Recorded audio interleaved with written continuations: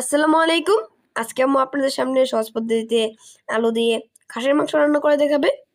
তো আপনারা সম্পূর্ণ ভিডিওটি দেখতে থাকুন, আশা করি আপনাদের ভালো লাগবে। তো প্রথমে এখানে প্যানে পরিমাণ মতো তেল দিয়ে এখানে অ্যাড করে দিল গরম মশলা এবং পেঁয়াজ কুচি।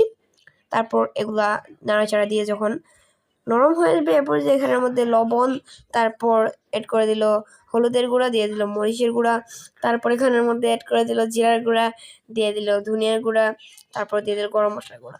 এখানের মধ্যে অ্যাড করে দিল তারপর টমেটো কুচি।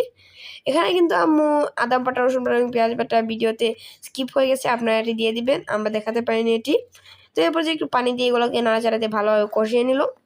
কষানো হয়ে গেলে এরপর যে যখন একটু তেল ছেড়ে দিবে, তো এখানের মধ্যে আম্মু অ্যাড করে দিল আগে থেকে কেটে ধুয়ে রাখা খাসির মাংস।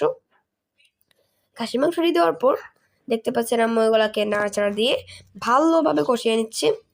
যতটুকু কষাবেন তত কিন্তু খেতে মজা লাগবে, আপনারা ভালোভাবে কষাবার চেষ্টা করবেন, এতে কিন্তু এটি স্বাদটা একটু ভালো হয়।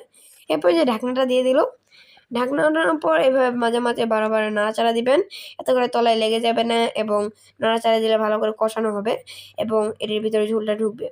তো দেখতে পাচ্ছেন আম্মু নাড়াচাড়া দিয়ে ঢাকনা দিয়ে দিল, এভাবে মাঝে মাঝে আম্মু ঢাকনা উঠাচ্ছে আবার নাড়াচাড়া দিচ্ছে।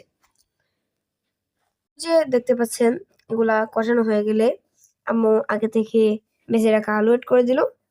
এই আলুগুলো দেওয়ার পর এরপর যে মশলাটাকে আবার ভালোভাবে কষিয়ে নিতে হবে। আমি আগেই বলেছিলাম যত কষাবেন তত খেতে মজা লাগবে, আপনারা ভালো করে কষাবেন। এবার যে ঢাকনা দিয়ে দিল আলুগুলো একটু সিদ্ধ হওয়ার জন্য।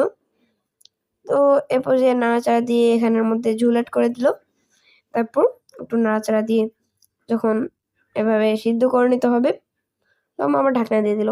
ঢাকনাটার উপর যখন বলক চলে আসবে তখন নামিয়ে নিলে কিন্তু তৈরি হয়ে যাবে আমাদের দারুণ মজাদার আলু দিয়ে খাসির মাংস।